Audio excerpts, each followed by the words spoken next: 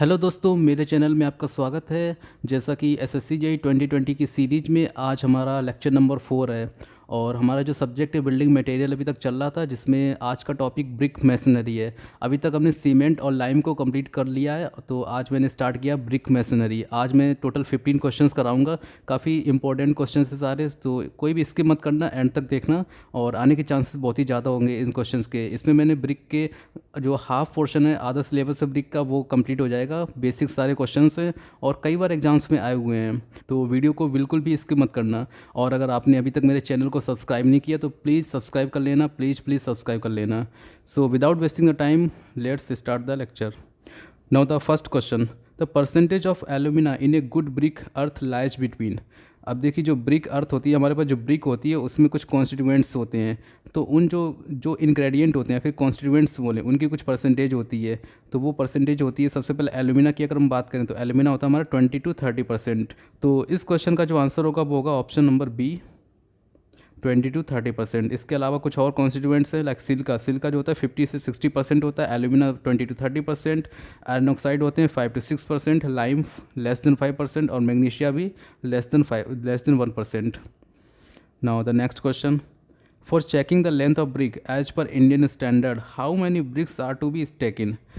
अब ये कह रहा है कि अगर मुझे किसी भी ब्रिक का जो इंडियन स्टैंडर्ड ब्रिक होती है उसकी लेंथ को चेक करना है, तो हमें एक रो में कितनी ब्रिक्स को रखना पड़ेगा, तो वो रखना पड़ता है 20 ब्रिक्स को। तो आंसर होगा ऑप्शन सी।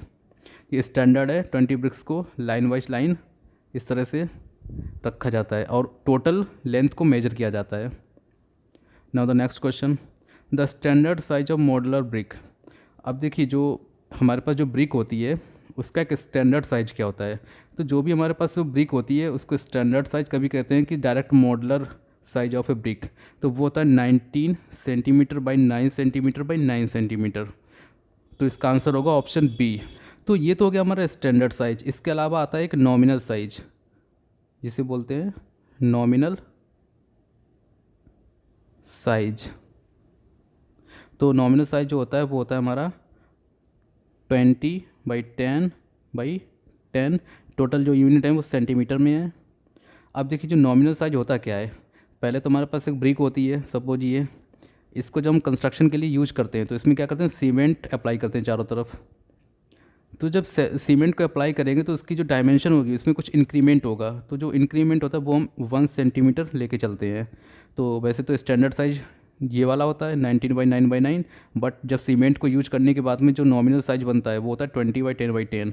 तो जब भी हमें पूछा जाए पहले देखेंगे स्टैंडर्ड साइज पूछा है या फिर नॉमिनल पूछा है। अब एक मॉडलर भी होता है, मॉडलर भी आ जाता है आपका स्टैंडर्ड में।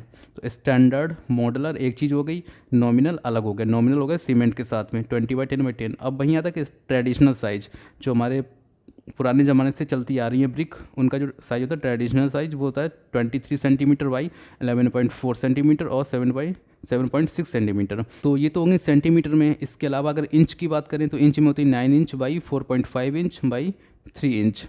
तो ये काफ़ी, ये भी पूछा जाता है एग्जाम्स में, तो ये इंच में ज़्यादातर पूछा जाता है, तो इंच में याद रख लो। और अगर सेंटीमीटर में आपको कन्वर्ट करना है इंच से, तो 1 इंच इक्वल टू होता है 2.54 सेंटीमीटर। तो डायरेक्टली हम कन्वर्ट भी कर सकते हैं, 9 इंच 4.5 और 3 को कन्वर्ट कर सकते हैं सेंटीमीटर में। Now next question, crushing strength of first class brick should not be less than. जो क्रशिंग स्ट्रेंथ होती है ब्रिक की, कोई हमारे पास एक ब्रिक है, सपोज ये इस तरह की है, उस पर ऊपर हम कोई लोड लगाएंगे तो इसकी जो क्रशिंग स्ट्रेंथ होगी, इस जिस स्ट्रेंथ पे जाके वो टूट जाएगी ब्रिक, वो कितनी होगी फर्स्ट क्लास के लिए। तो फर्स्ट क्लास के लिए हमारे पास होती है 10.5 मेगा पास्कल, या फिर हम इसे बोलते हैं किलोग्राम पर सेंटीमीटर स्क्वायर में। लेकिन यहाँ पे क्वेश्चन में 10.5 नहीं दिया हुआ है, तो जो हमारी किलोग्राम में होगी वो हो जाएगी 105 किलोग्राम पर सेंटीमीटर स्क्वायर। बट 105 भी नहीं, इसमें आंसर में होगा 100, क्योंकि जो मोस्ट नियरेस्ट जो ऑप्शन होगा हमारा वो होगा ऑप्शन सी। तो ये हो जाएगा आंसर। इसके अलावा बात करेंगे, ये तो हो गई फर्स्ट क्लास की, अब आती है सेकेंड क्लास। सेकेंड क्लास के लिए होता है हमारा 7 मेगा पास्कल या फिर 70 किलोग्राम पर सेंटीमीटर स्क्वायर। वहीं अगर थर्ड क्लास की बात करें तो थर्ड क्लास के लिए होता है हमारा 5 मेगा पास्कल या फिर 50 किलोग्राम पर सेंटीमीटर स्क्वायर। अब एक आती है जो डेली यूज ब्रिक होती है, डेली यूज बिल्डिंग ब्रिक होती है, जो हम अपने डेली लाइफ में यूज करते हैं। उसके लिए जो होता है वो होता है 35 किलोग्राम्स पर सेंटीमीटर स्क्वायर, या फिर कह सकते हैं 3.5 मेगा पास्कल। तो इस क्वेश्चन का आंसर हो जाएगा हमारा option C. Now next question, question number 4, the water absorption for good brick should not be more than. अब जो हमारे पास एक गुड अच्छी ब्रिक होती है उसके लिए जो वाटर को एब्जॉर्प्शन होता है, अगर मैं ब्रिक को किसी वाटर में डाल दूं तो उसमें जो वाटर का एब्जॉर्प्शन होगा वो कितने से ज़्यादा नहीं होना चाहिए। तो सबसे पहले हम बात करेंगे फर्स्ट क्लास ब्रिक के लिए। फर्स्ट क्लास की जो होती है वो होती है 20% से ज़्यादा नहीं होना चाहिए, सेकेंड क्लास के लिए 22% और थर्ड क्लास के लिए 23%। तो इस क्वेश्चन में पूछा है गुड ब्रिक, इसका मतलब फर्स्ट क्लास के लिए बात कर रहे हैं, तो फर्स्ट क्लास के लिए हमारा आंसर होगा ऑप्शन बी। अब यहाँ पे दो ऑप्शन है, पहला तो हो गया 20% ऑफ ड्राई वेट, सेकेंड है 20% ऑफ इट्स सैचुरेटेड वेट। तो जो हम जो वेट लेते हैं वो लेते हैं ड्राई वेट। तो यहाँ से कन्फ्यूजन नहीं होनी चाहिए, जो भी वेट पूछा जाएगा वो ड्राई वेट का होगा, 20% of dry weight. So option B would be correct answer. Next question. Number of modular bricks required for 1 cubic meter of brick masonry.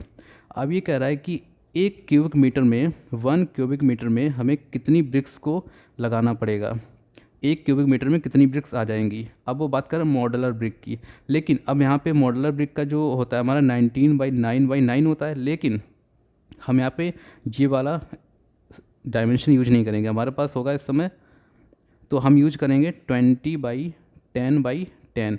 अब ये 20 वाला क्यों यूज कर रहे हैं, क्योंकि जब हम कोई एक 1 क्यूबिक मीटर का जो स्ट्रक्चर बनाएंगे तो उसमें हम सीमेंट को यूज करके बनाएंगे, बिना सीमेंट के नहीं, तो सीमेंट के यूज करके बनाएंगे जब भी फ्यूचर में बनानी होगी। तो इसीलिए हम पहले से ही एज्यूम करके चल रहे हैं कि जो हमारा साइज होगा वो 19 ना होकर 20 होना चाहिए।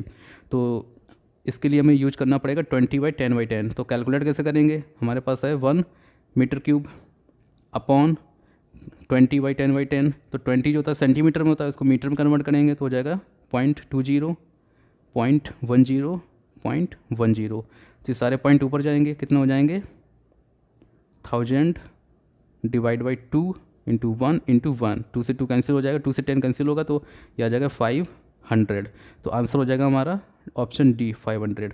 अब इसको ना आप ऐसे याद कर लो, क्योंकि बार बार कैलकुलेट नहीं करना पड़ेगा। ये क्वेश्चन एग्जाम में कई बार आ चुका है, कई सारे एग्जाम में आया हुआ है, एसएससी के अलावा भी बहुत सारे एग्जाम में ये क्वेश्चन आया हुआ है कि डायरेक्ट पूछता है 1 क्यूबिक मीटर में कितने ब्रिक्स आएंगी, तो वो सीधे याद कर लो 500 ब्रिक आएंगी, बस टिक करो और निकल लो।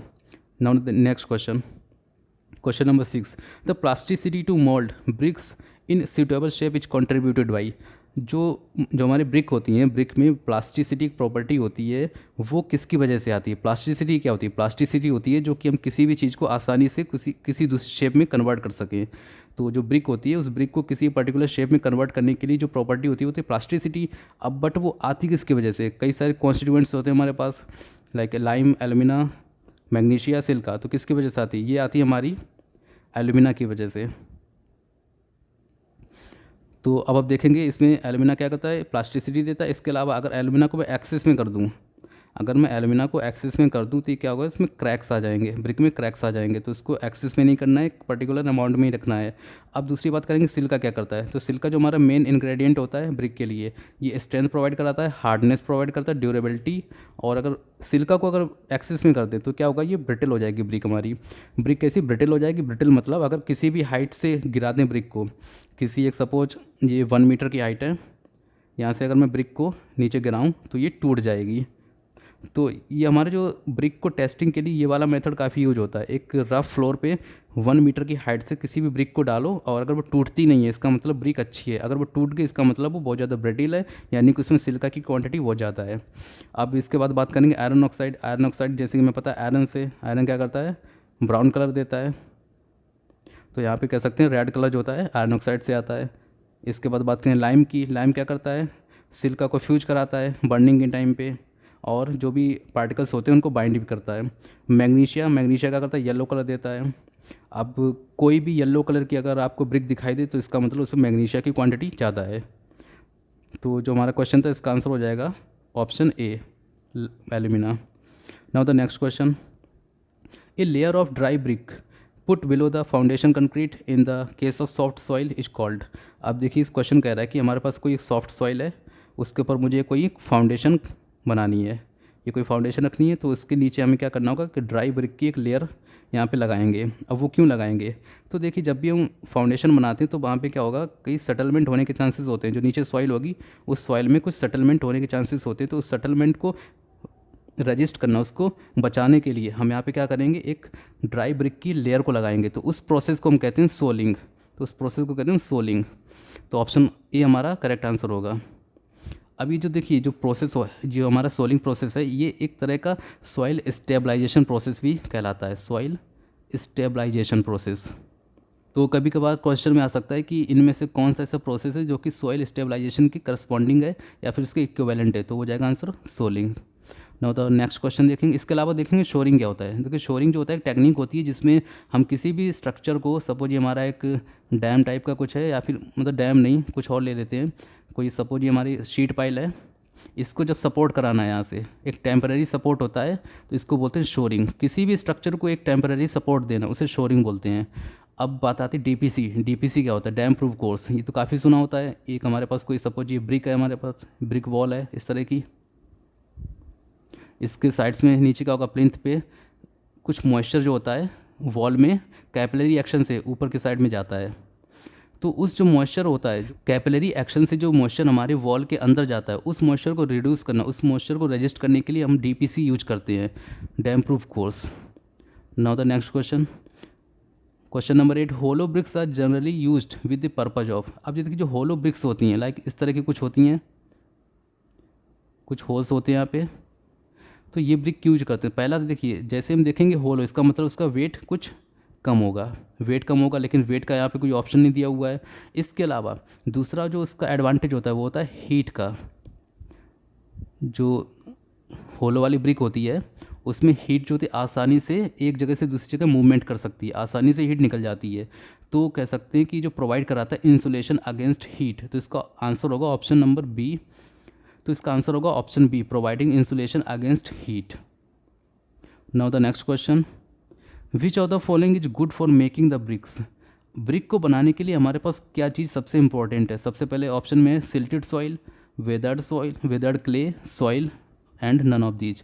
तो जब भी हमें ब्रिक बनानी होती है उसके लिए हमें जो भी हम सॉइल यूज करते हैं उसमें कई सारी चीज़ें होनी चाहिए, कुछ कॉन्स्टिट्यूएंट्स होनी चाहिए। अगर वो सारी इंग्रेडिएंट नहीं होंगे तो हम ब्रिक नहीं बना सकते हैं। तो वो क्या क्या होते हैं, एल्यूमिना होता है, लाइम होता है, मैग्नीशिया होता है, आयरन ऑक्साइड होता है। तो इस तरह के जो कॉन्स्टिट्यूएंट्स होते हैं वो होने ज़रूरी हैं। तो ये सब कब आते हैं, ये आते हैं जब हम सॉइल को अपने 2 से 3 महीने के लिए 2 से 3 महीने के लिए खुले इन्वायरमेंट के अंदर रख देते हैं। इस तरह से जब हम सॉइल को एक ओपन एनवायरनमेंट रख देते हैं तो इसमें क्या होता है, एक सिलिका की क्वांटिटी, लाइम, एल्यूमिना, ये अपने आप खुद से एक पर्टिकुलर अमाउंट में आके, एक फिक्स अमाउंट में आके सेट हो जाते हैं। तो कह सकते हैं अगर किसी सॉइल को हमें वेदरिंग कराते हैं सॉइल की, अगर उसको खुले इन्वायरमेंट के अंदर रख दें तो वो जो सॉइल होगी हमारे ब्रिक के लिए काफ़ी अच्छी हो जाएगी। तो कह सकते हैं यहाँ पे आंसर हो जाएगा हमारा weathered clay. Option B would be correct. Next question, the process of mixing clay, water and other ingredients to make bricks in known as. इस क्वेश्चन कह रहा है कि अगर क्ले, वाटर और जितने भी अदर इंग्रेडिएंट होते हैं उन सबको जब मिक्सिंग कराते हैं उस प्रोसेस को क्या कहते हैं, उस प्रोसेस को हम कहते हैं नीडिंग। अब आता है टेम्परिंग। क्या होता है, टेम्परिंग होता है जब हम इस मिक्सचर को एक फिक्स अमाउंट में आपस में मिक्स कर रहे होते हैं। मिक्स मतलब एक सिलेक्ट कर रहे होते हैं कि वाटर हमारे पास कितना होना चाहिए, हमारे पास जो क्ले कितनी होनी चाहिए, इन सबको जब हम एक फिक्स अमाउंट में इकट्ठा कर रहे होते हैं उसे बोलते हैं टेम्परिंग। अब आता है पगिंग। क्या होता है, देखिए पगिंग जो एक ऐसा प्रोसेस होता है जब हम पग मिल के अंदर जब हम टेम्परिंग कर रहे होते हैं, पग मिल के अंदर जब हम टेम्परिंग कर रहे होते हैं तो उस प्रोसेस को बोलते हैं पगिंग। सो इसका आंसर हो जाएगा option B, kneading. Next question, a pug mill is use for. अब देखिए अभी मैंने बताया था पग मिल क्यों यूज करते हैं। पग मिल होता है हमारा टेम्परिंग के लिए, टेम्परिंग जो किए जाते हैं पग मिल के अंदर की जाती है। Option C would be correct. Next question, which of the following is the correct reason for soaking the brick in water before its use. अभी कह रहा है जब भी हम ब्रिक को यूज करते हैं कंस्ट्रक्शन के लिए उससे पहले ब्रिक को भिगाया जाता है, या तो वाटर के अंदर डाला जाता है या फिर उसमें हम स्प्रे कराते हैं वाटर की। तो वो क्यों कराते हैं, देखिए जो भी हमारी ब्रिक होती है, सपोज ये हमारे पास एक ब्रिक है, इसमें कुछ पोर्स होते हैं, छोटे छोटे पोर्स होते हैं। इन पोर्स में क्या होता है, एयर होती है, स्टार्टिंग में एयर होती है। जब भी हम इसके ऊपर फिर सीमेंट का मोटा लगाएंगे तो जो मोर्टार में जितना भी वाटर होगा, मोर्टार में जो वाटर होगा वो वाटर इन पोर्स में जाके स्टोर हो जाएगा।